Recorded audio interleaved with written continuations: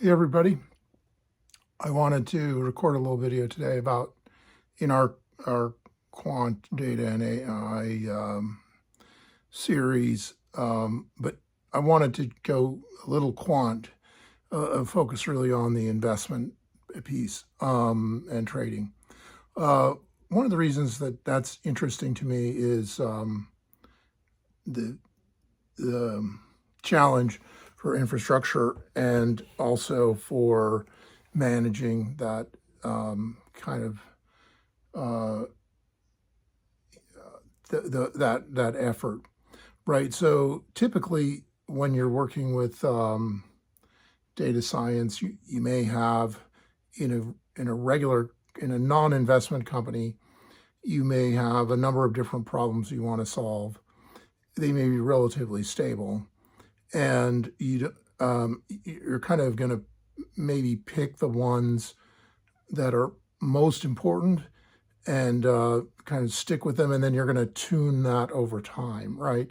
So, um, so that requires its demands on infrastructure and management are pretty well understood. It's not that, I mean, it's it's commensurate with other kind of demands on IT infrastructure.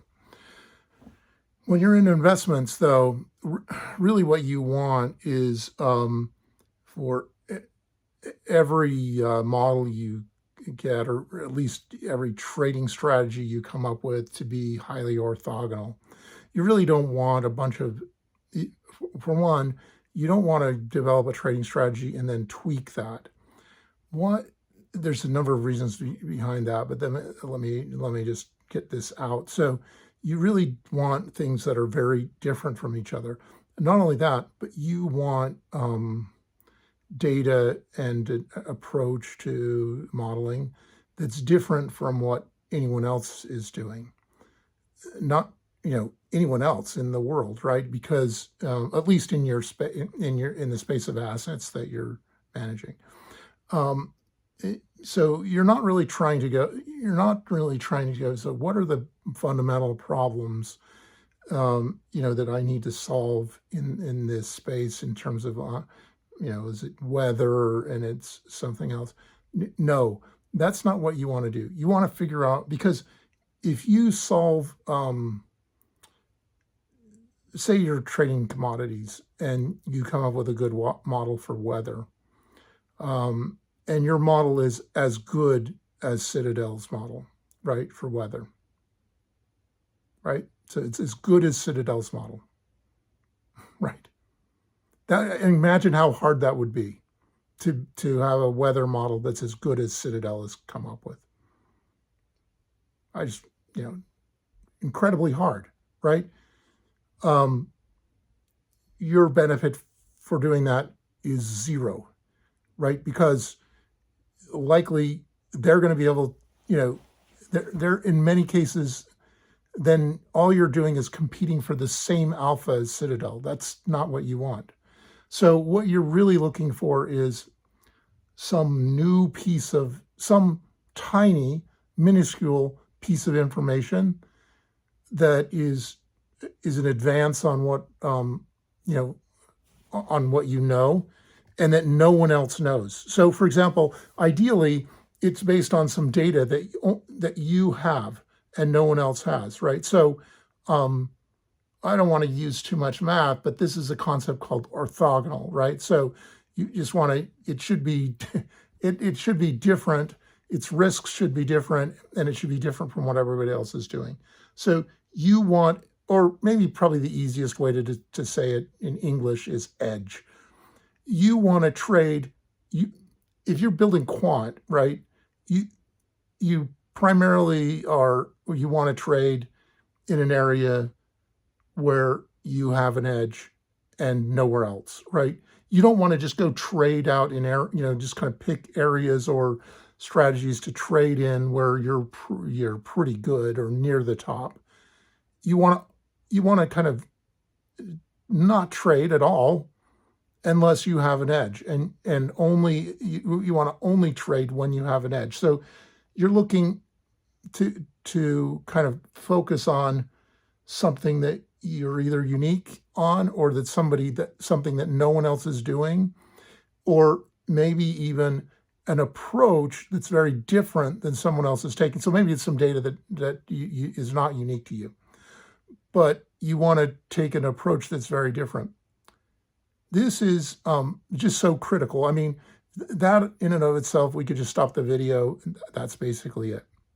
But it also kind of, I'm also going to mention that, and maybe I'll get into this more later, is that because that's what you're trying to do, it's going to be it has the potential to be very obnoxious seeming to your IT team, or whoever is building the back end infrastructure of the thing, either to go into production, because you do not want, and you do not want a bunch of strategies that are similar, right?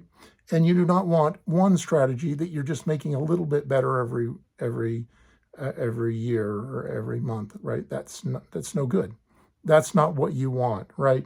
Because then you just have those tweaking things just don't work, right? They tend to, what happens is that they validate well in the theory, but in the real world they just don't work very well. Those tweaks don't. So, and you can think, I'm sure, are smart enough to figure out why that is.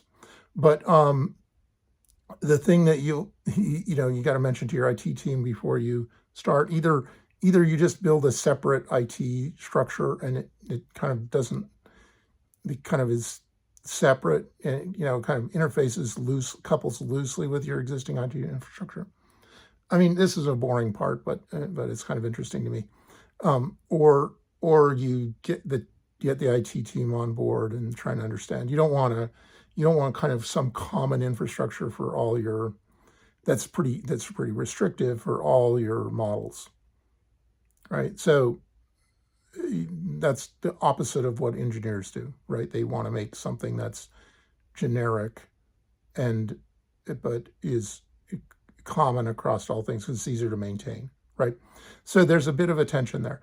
But interestingly, probably more interestingly, is the way you think about alpha creation, is that it's about new ideas, and it's about helping your team be creative, and it's going to be about encouraging play in your team. And I'm well aware that sounds wasteful and stupid, but if you're going to do quant, you should know before you dive in that that's what it's going to require. And it's not that hard, except for the manager, right? So it can be very difficult depending on the manager and what they are typically used to, what their management style is, right? So if you're the one managing the team, be honest with yourself. Are you able to tolerate play? Can you figure out how to manage play in a way that works for you, or can you not? And if you're going to struggle, just get yourself in the mindset and have a mentor, or have somebody outside of the company or in to check in with frequently, so that because you'll slip into this behavior of kind of shutting down play and shutting down experimentation and orthogonal thinking, and you'll try to focus the team, and that's not a good thing. And you need somebody there may be somebody inside your firm that can help you with that, or there may be just somebody outside of the firm. It's not very complicated, but that person will just kind of, no, you've gone off the, like, don't do that. What you're doing isn't, it's natural, but it's not within the bounds of what we want to do. And a lot of times just knowing that and just kind of having a person check, because it won't be allowing play it's very unlikely that will be within kind of your experience to know when when you're doing it right or not. It's not so much doing it; it's knowing whether the rational restrictions that you place on it are breaking it, or they're rational restrictions. It's just you won't. It may be tricky to know when you've gone over the line.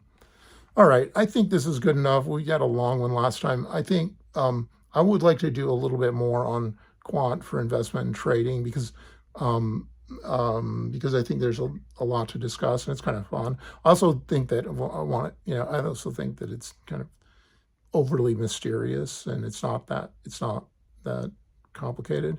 Um, but I mean, it's hard, but it can be explained and then you can do it. That's what I feel. So if you disagree with this, if you're a quant manager or you just kind of have some thoughts on this, I would love to hear from you in the comments. I think this is one of the most interesting areas in the world in terms of creativity and management and math and everything like that. So I think it's a very fun subject, and I'm going to come back to it. And I hope you find it as interesting as I do. Thanks.